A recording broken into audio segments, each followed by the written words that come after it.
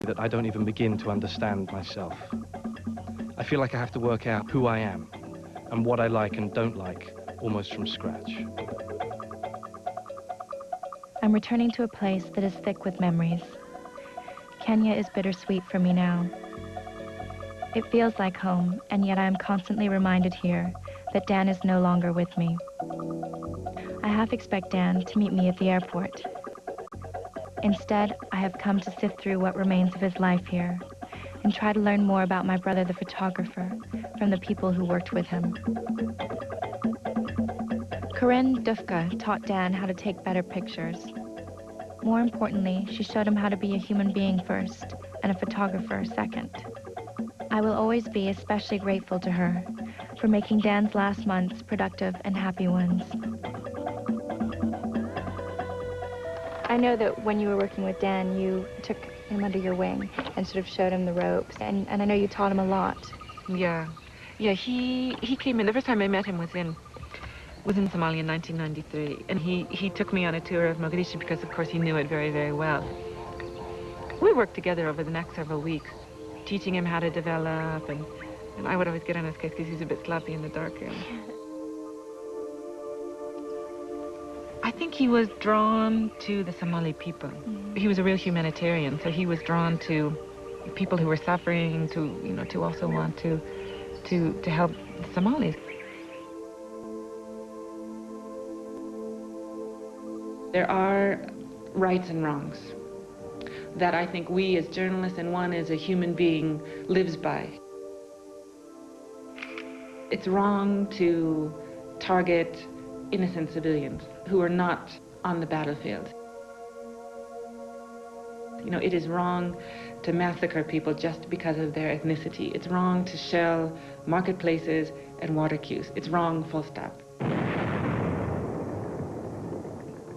This is in Sarajevo. This is after the February '94 market massacre. It was right after this shell had exploded onto a very crowded market on a Saturday morning. It was so shocking, I mean, I'd seen so much in Sarajevo, this type of thing, but not to that magnitude, and I just burst out crying. The one thing that got me, it was a prosthetic leg that was lying in the debris, the bloody debris. And I just thought, Jesus, some man who had suffered enough, probably lost his leg already in this war, and was, hobbling around trying to make ends meet in a horrific situation. I said, at the end of the day, you are human, and how can one not see something like that and be overwhelmed by frustration and anger and all of the things that we feel when we see that? Mm-hmm.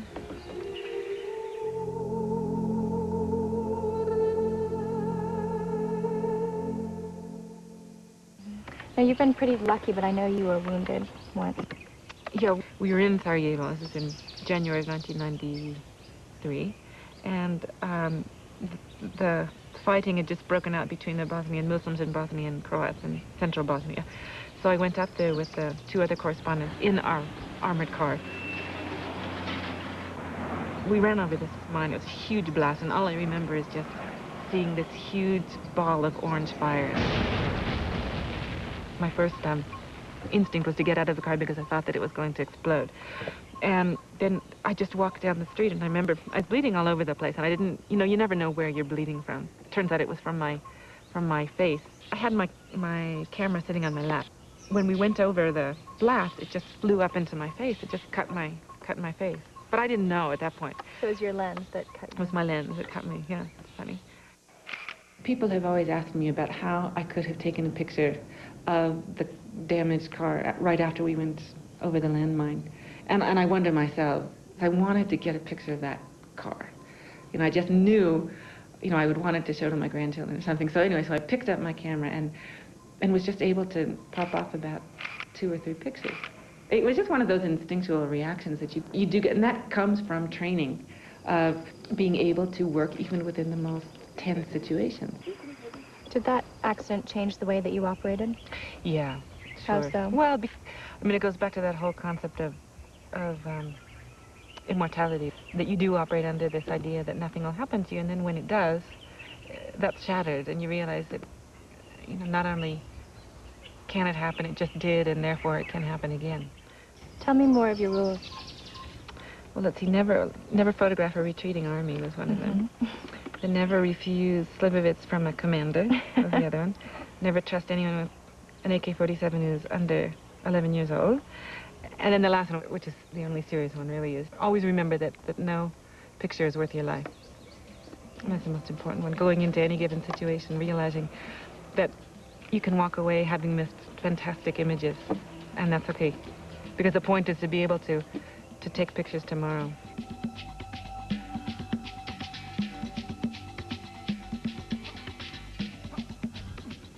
We are now on the Kitengela Plains.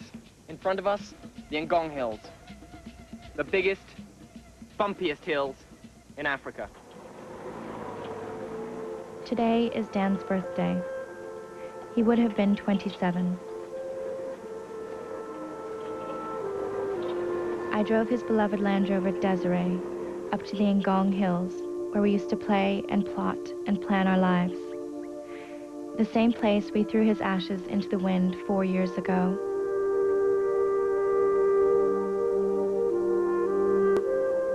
Sitting on that circle of rocks, I knew that I would never be apart from him in the ways that truly matter.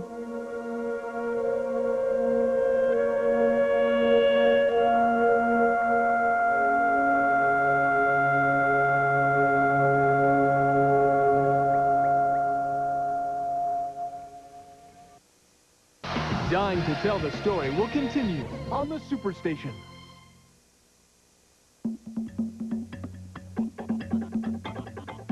I made it to the front page of about 6 American newspapers, and Reuters even sent me a note from London to congratulate me. It was a shot of a Marine pointing a pistol at a young Somali guy's head.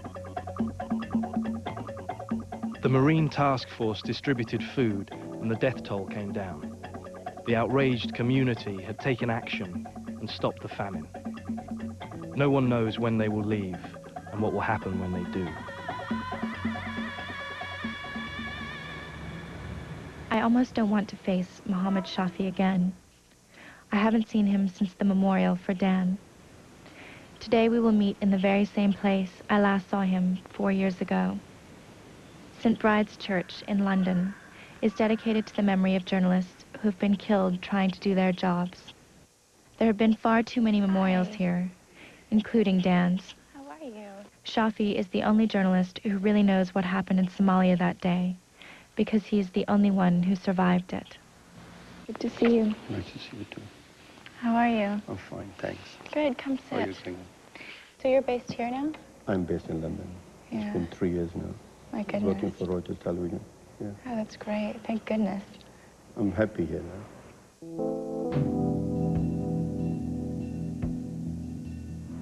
I had been a cameraman since 1982.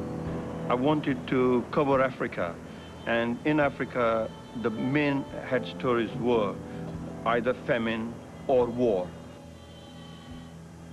I felt that there are a lot of innocent people who are trapped in the pockets of civil war, and they've got nothing to do with war. They don't understand war, and I felt like my pictures could help them.